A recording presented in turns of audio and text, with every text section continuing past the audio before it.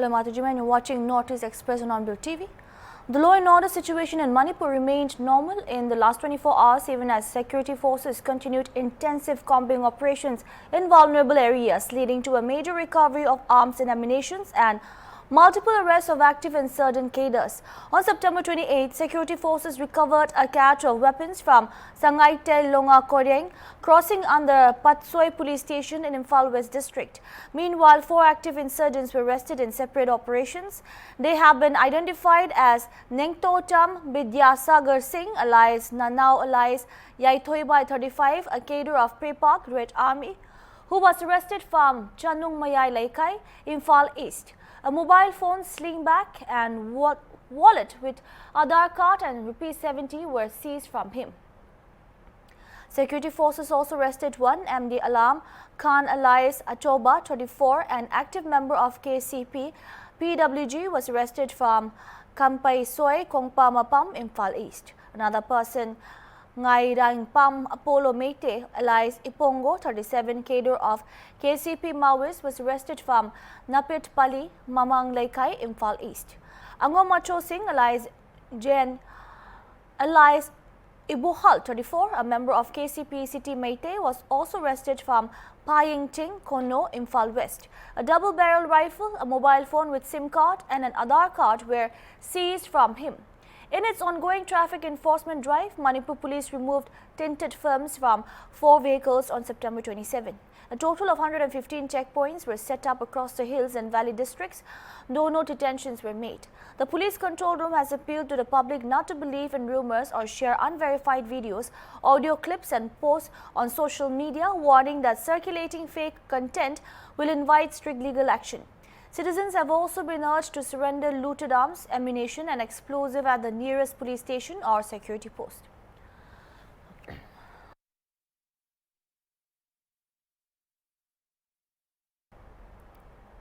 Gautam Adani, or a representative from the Adani Group, visited the residence of Assam's legendary singer Zubin Garg in Kailipara, Guwahati on Sunday, September 28, 2025, to pay tribute to the late icon.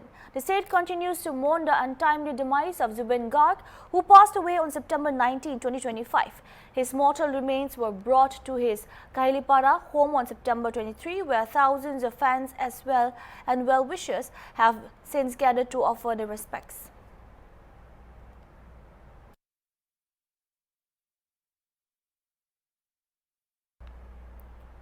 A 13-year-old internally displaced boy sheltering at a relief camp in Jiribam district of Manipur was found dead by suicide in the early hours of Sunday, officials said, marking the 4th such case among IDP minors in Manipur in the last 3 months. The deceased has been identified as Yurampam Agampa Singh, son of Yurampam Ipomcha Singh, a native of Lamtai Kono under Borobekra subdivision, Jiribam district. His body was discovered hanging inside the cycle shed of Jiribam Higher Secondary School relief camp, where he and his family had been staying since being displaced by the ethnic clashes between the Meitei and Kuki communities in 2023. According to police, the incident occurred around 2 a.m. The body was retrieved by Jiribam District Police and taken to Jiribam District Hospital before being sent to Silta Medical College, Kachar District, Assam for post-mortem examination. A case has been registered at Jiribam Police Station and an investigation is underway. The victim's family, along with many others from Lamtai Kono, had fled their homes after repeated threats from Kuki insurgents and the destruction of their village. Confirming the alarming trend, Kesam Pratik Kumar, chairperson of Manipur Commission for Protection of Child Rights (MCPCR), said this is the 4th suicide by an IDP minor between July and September this year. Pradeep Kumar issued a stark warning: without urgent intervention, Manipur risks losing an entire generation. Suicide, substance abuse, or the lure of violence. He pressured for the immediate rollout of Manipur State Policy for Children, which was first notified for public input in 2020 and revised in April 2025 but still remains in limbo. The government cannot afford further delay, he stressed. If enforced with a clear action plan, this policy could provide a safety net for vulnerable children, especially those in camps. Under the President's rule, this is a chance for a decisive response. Earlier in August, a 46-year-old IDP sheltering at a prefabricated camp in Sajua, Imphal East had also died by suicide. The repeated incidents underscored a deepening trauma and mental health crisis among displaced families across Manipur.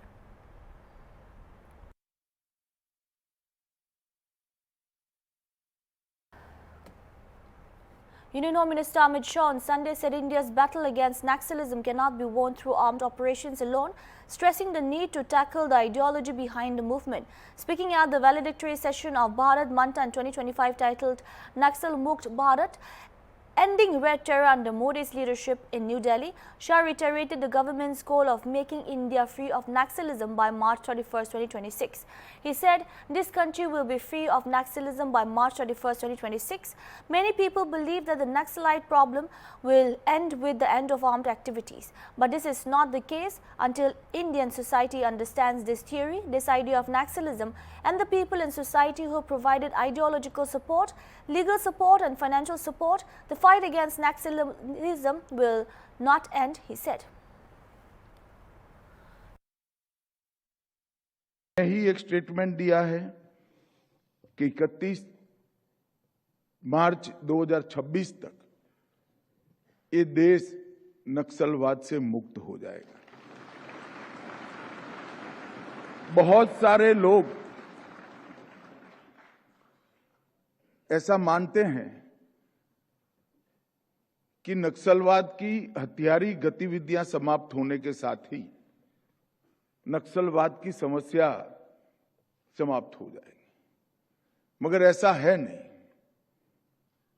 इस देश में नक्सलवादी समस्या क्यों पनपी, क्यों बढ़ी, क्यों विकसित हुई, इसका वैचारिक पोषण किसने किया? और जब तक भारत का समाज ये थियोरी का, ये नक्सलवाद के विचार का वैचारिक पोषण, लीगल समर्थन और वित्तीय पोषण करने वाले समाज में बैठे हुए लोगों को समझ नहीं लेता है और उन लोगों को हम वापिस नहीं लाते हैं, तब तक नक्सलवाद के खिलाफ लड़ाई समाप्त नहीं हो जाएगी। हम हथियारी नक्सलियों को सरेंडर कर या हमारे जवान उनसे मुकाबला कर उनको अरेस्ट कर आमना सामना होगा तो न्यूट्रलाइज कर समाप्त कर सकते हैं, मगर ये विचार के लिए हमें आगे बहुत कुछ करने की जरूरत पड़ेगी। और उस दृष्टि से मैं यहां पर जो चर्चाएं हुई हैं उसको समय उचित भी मानता हूं और बहुत जरूरी भी मानता हूं। नक्सलवाद पर चर्चा करने से पहले मैं 60 के दशक से अब तक हथियारी वामपंथी हिंसा में जितने भी लोगों ने जान गंवाई है और जिन्होंने अपनों को गंवाया है, जिन्होंने शारीरिक इजाएं झेली हैं, वो सभी को विनम्रता पूर्वक उनके प्रति श्रद्धांजलि देना चाहता हूं, मेरा समर्थन व्यक्त करना चाहता हूं।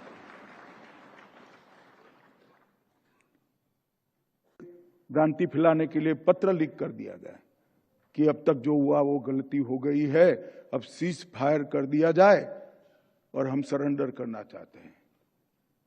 कोई सीज फायर नहीं होगा।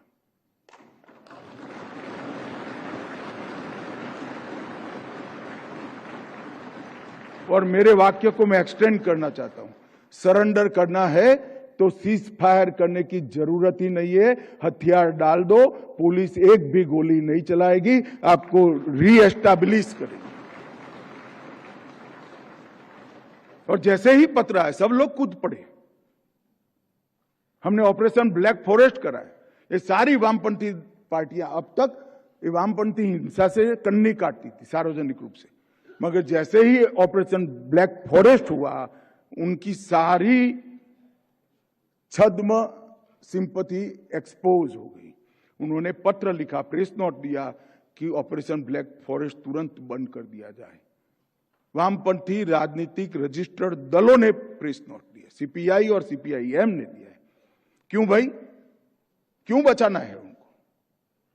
और कब तक गरीब लोगों पर अभी इसके पहले आपने देखा, विजय भाई मेरे घर पर पीड़ितों को लेकर आ रहे थे, पूरी रात सो न पाए ऐसी स्थिति हो गई थी।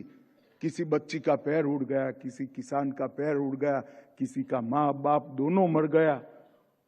कौन जिम्मेदार है इसके लिए? वो भी तो ट्राइबल है। और उनके ह्यूमन राइट के लिए क्यों एनजीओ आगे नहीं आते हैं? ये आर्टिकल बड़े बड़े लिखकर हमें एडवाइस देने वाले सारे लोग, वो विक्टिम ट्राइबल के लिए कभी एक आर्टिकल लिखा है क्या?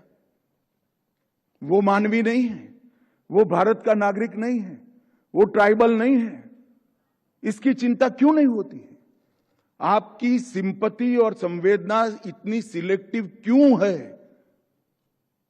मैं पूछना चाहता हूं सारे लोगों को कि आपकी सिंपैथी क्यों सिलेक्टिव है? ये विक्टिमों के प्रति क्यों नहीं है? और मित्रों, मैं विकास का भी बात करना चाहता हूं। लगभग 2014 से 24 में ये जवाब है उन लोगों को जो कह रहे हैं विकास के कारण वामपंथी उग्रवाद चालू हुआ था। वामपंथी उग्रवाद विकास के कारण चालू नहीं हुआ था, वामपंथी उग्रवाद के कारण विकास रुका था। अब 2014 से 25 तक 12,000 किलोमीटर सड़कें वामपंथी उग्रवादी क्षेत्र में हमने बनाने का काम किया। 12,000 किलोमीटर और 17,500 किलोमीटर की सड़कों के लिए बजट की स्वीकृति की। 6300 करोड़ से 5,000 मोबाइल टावर लगाए गए। इनका अधिकार है या नहीं दूरसंचार की क्रांति पर? 5,000 टावर लगाए। इसके साथ साथ 1,007 बैंक की ब्रांचें खोली गई, 937 एटीएम लगाए गए हैं, 37,850 37,850 बैंकिंग कॉरेस्पॉन्डेंस बनाए गए हैं जो मोदी जी की योजनाओं का लाभ उन तक पहुंचाते हैं, और 5899 डाकघर खोले गए हैं, 850 school.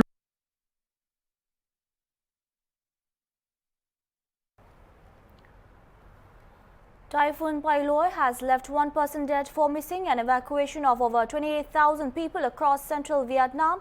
Vietnam News cited the Department of Dike Management and Disaster Prevention, which noted that more than 28,000 residents have been evacuated in localities from Nhi Binh to Quang Ngai, including nearly 7,000 in Tan Hoa Province, more than 16,500 in Ha Tin, and over 2,100 in Quang Tri.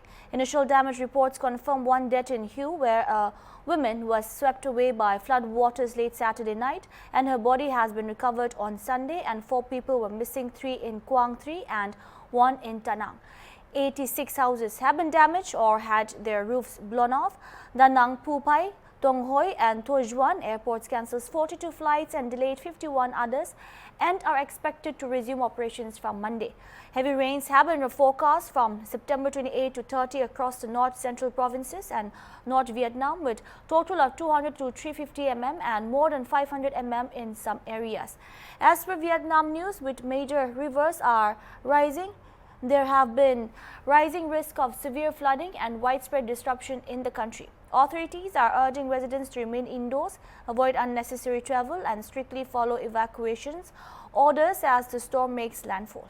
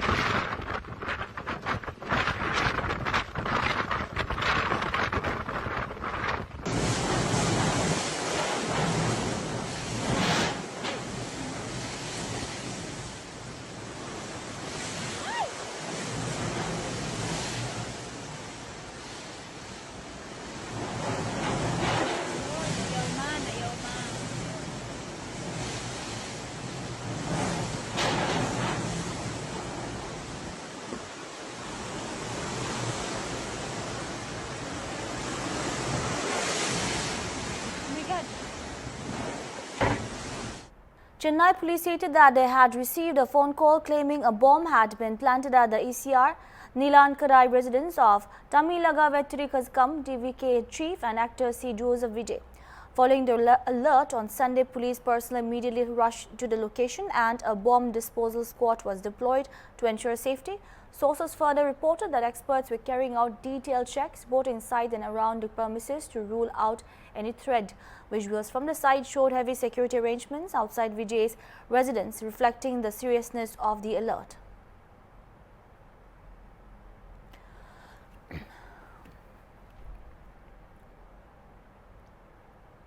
Mahatma Gandhi's great-grandson, Tushar Gandhi, has launched a foot march today in Nagpur to oppose what he calls politics of hate.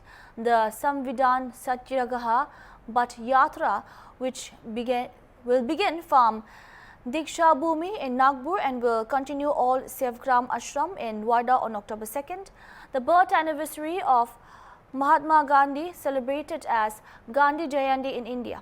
On Sunday, a torch march was taken out in Nagpur as part of the Samvidhan Satyagraha Bata Yatra, with Maharashtra Congress chief Harshvardhan Sabkal also taking part in it. Tushar Gandhi said the foot march is aimed to strengthen and protect the constitution.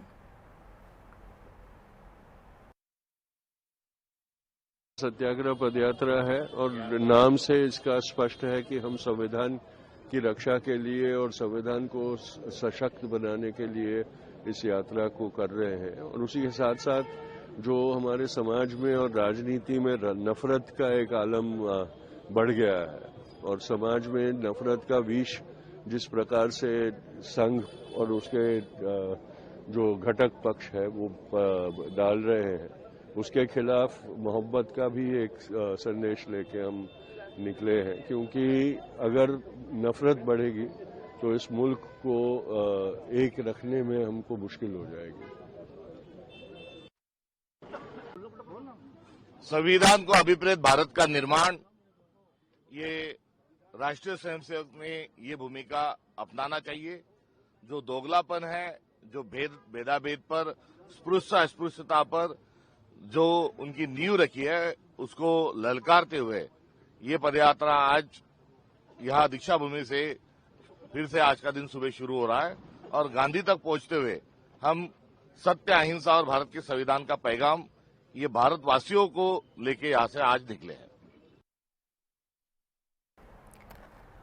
A team of Operation Cell Southwest District has detained two illegal Bangladeshi migrants who had been living in India without valid visa documents for the past 2 years, police said on Monday.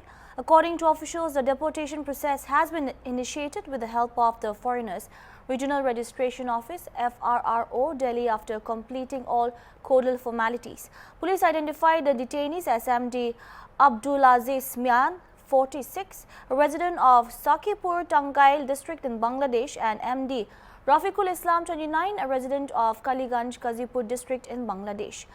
During the exercise, a secret information was received regarding an illegal Bangladeshi migrant seeking accommodation in the Mahipalpur area. Acting promptly, the team reached the spot, identified two suspects with the help of informer and conducted thorough inquiry. On demanding valid visa and travel documents, both individuals failed to produce any and admitted that they had entered India about 2 years ago but overstayed after expiry of their visas. The police said in a statement, after verification and inquiry, their identity was established and deportation proceedings were initiated through FRRO, New Delhi officials said.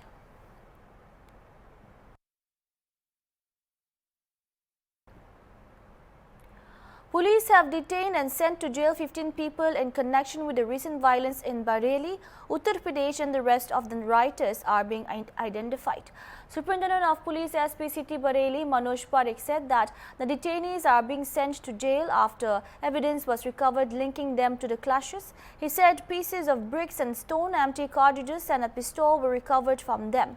The remaining rioters are also being identified through CCTV footage, drone surveillance and manual intelligence.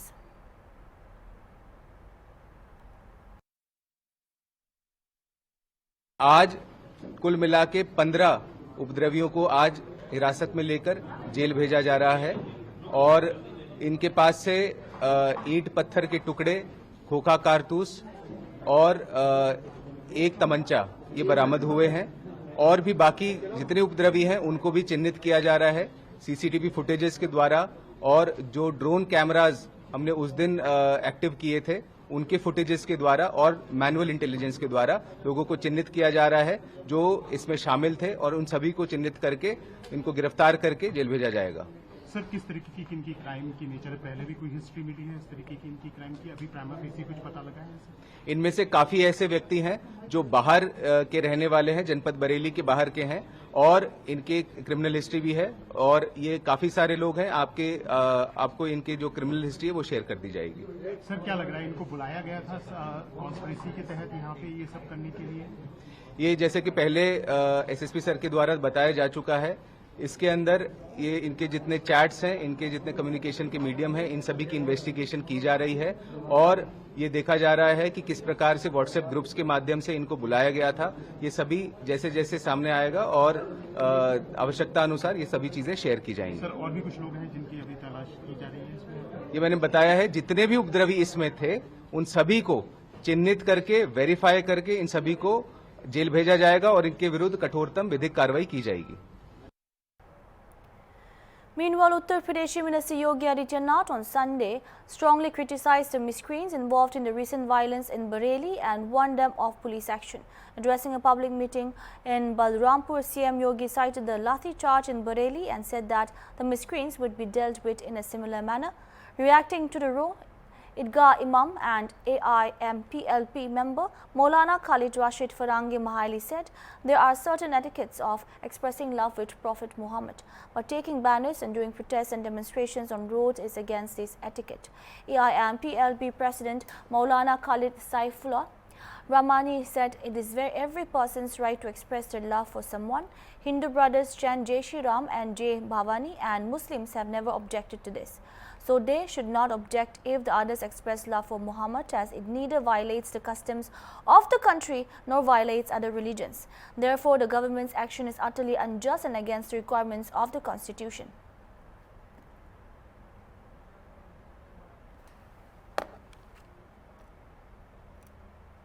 That's all we have for now. Keep watching Hornbill TV.